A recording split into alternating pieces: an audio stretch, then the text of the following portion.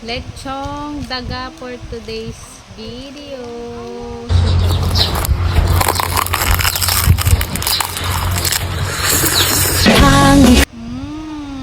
Talaga naman ang lutong niya talaga, guys.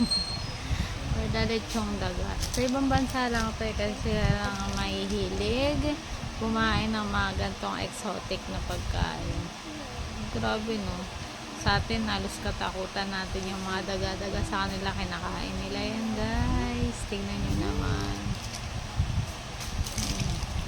Inililitsyon nila ang daga.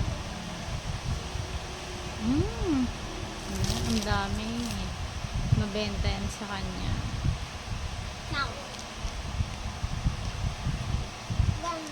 Diba? Crunchy na. Malambot pa yung laman.